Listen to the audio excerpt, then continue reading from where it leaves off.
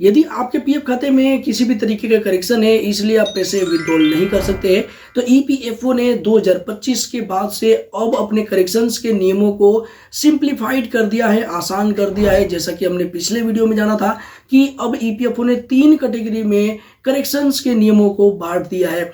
पहले category A और B की हम बात कर चुके हैं, आज हम बात कर रहे हैं कैटेगरी सी की। कैटेगरी सी में किस तरीके से करेक्शन होने वाला है और कैटेगरी सी में कौन कौन से लोग आने वाले हैं, जैसा कि ईपीएफओ ने अपने सर्कुलर में ही बताया है, जो कि 16 जनवरी 2025 को ईपीएफओ ने सर्कुलर जारी किया था। अब देखिए यहाँ पे जो सी में बताया गया है कि ऐसे मेंबर जिनके पास उनका यूएन नंबर नहीं है या फिर यूएन नंबर उनके आधार कार्ड से लिंक नहीं है, या फिर ऐसे क्लेम्स जो कि मृत्यु के केस में हो, यानी कि मेंबर्स की पहले से डेथ हो चुकी है और उनके घर के सदस्य जो क्लेमेंट है वो क्लेम करना चाहते हैं, करेक्शन करवाना चाहते हैं, तो इस केस में ये ऑनलाइन नहीं कर सकते हैं। इनको फिजिकल मोड से ही ये पूरा प्रोसेस करना है करेक्शन का, भले ही उनको टाइम लगे। अब देखिए इसके लिए जो फॉर्मेट है ईपीएफओ ने वो भी चेंज कर दिया है। ज्वाइंट डिक्लेरेशन का नया फॉर्मेट ईपीएफओ ने जारी किया है, जो कि अभी हम जानेंगे इस वीडियो में। देखिए ये वाला अब फॉर्मेट है, आपको फिल करना है और अपने कंपनी से अप्रूवल करवाना है और पीएफ ऑफिस पे फिजिकली जमा करवाना है, तभी आपका जो करेक्शन है वो हो पाएगा। अन्यथा इसके अलावा अब कोई अलग से चारा नहीं है। ईपीएफओ अगर कुछ नियमों में बदलाव करता है तो हम अपकमिंग वीडियो में जरूर उसके बारे में बताएंगे। तो अभी देखिए जो लेटेस्ट है ये है, ये वाला ज्वाइंट डिक्लेरेशन आपको फिल करना है। ये बिल्कुल लेटेस्ट फॉर्मेट है। इसमें यहाँ पे मेंबर का नाम लिखना है, जिस भी मेंबर का करेक्शन करवाना है। उसके बाद से अगर आपके पास यूएएन नंबर है तो आपको अपना यूएएन नंबर लिखना है, अन्यथा इसे खाली छोड़ देना है। अब उसके बाद से अगर आपके पास पीएफ नंबर है तो आपको अपना पीएफ नंबर यहाँ पे लिखना है। उसके बाद से देखिए यहाँ पे आधार नंबर लिखने का स्थान दिया हुआ है, यहाँ पे आपको अपना आधार नंबर एंटर कर लेना है। ये सारा डिटेल मेंबर का ही, जिस मेंबर का करेक्शन करवाना है उस मेंबर का ही डिटेल फिल करना है। अब उसके बाद से यहाँ पे आपको कंपनी का नाम लिखना है, जिस भी कंपनी में आपका करेक्शन है। अब मान लीजिए कि एक से ज्यादा कंपनी में मेंबर ने काम किया है तो कहीं ना कहीं उनको एक से ज्यादा ज्वाइंट डिक्लेरेशन फॉर्म फिल करना पड़ेगा, क्योंकि यहाँ पे एक ही कंपनी का नाम लिखना है। उसके बाद से यहाँ पे आपको देखने को मिल रहा है कुछ पैरामीटर्स जो कि ईपीएफओ ने दे दिए हैं। अब ये पैरामीटर्स आप चेंज करवा सकते हैं। Name, date of birth, gender, father name, mother name, spouse name, date of joining, date of living, reason of living, marital status और नेशनैलिटी।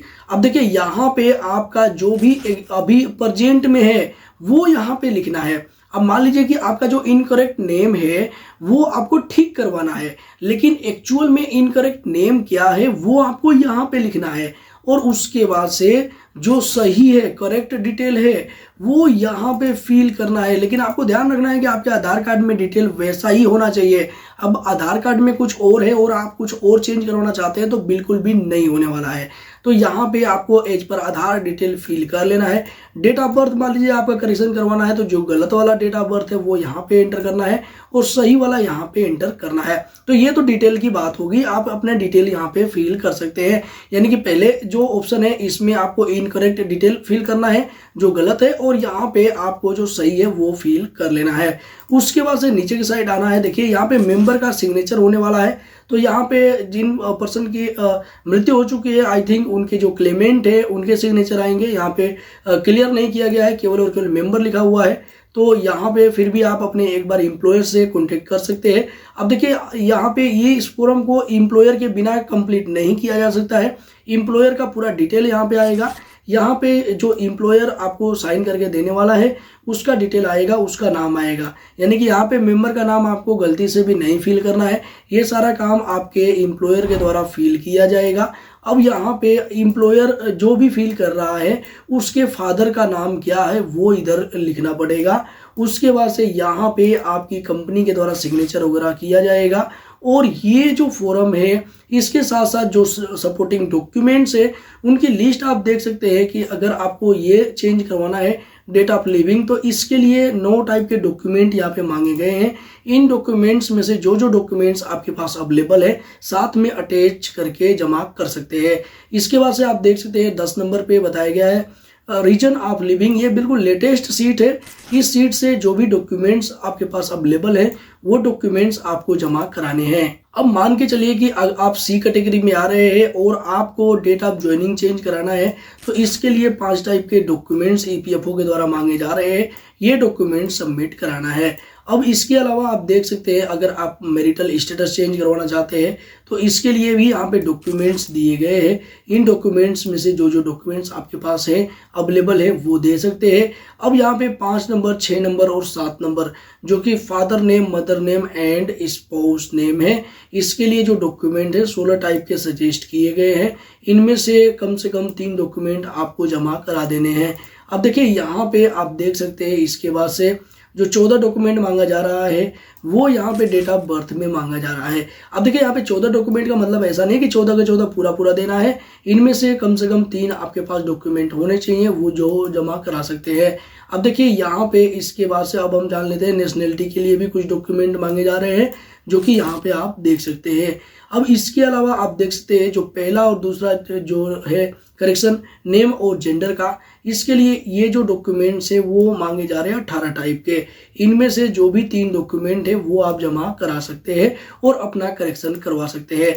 और ये वीडियो केवल जो लोग सी कैटेगरी में आ रहे हैं उनके लिए है, ये पूरा प्रोसेस उनके लिए है। बाकी जो लोग ए कैटेगरी के हैं, बी कैटेगरी के हैं, उनको चिंता करने की जरूरत नहीं है। ऑनलाइन ही उनका जो करेक्शन है वो हो रहा है और इसके लिए हमने डिटेल वीडियो रिकॉर्ड कर दिया है।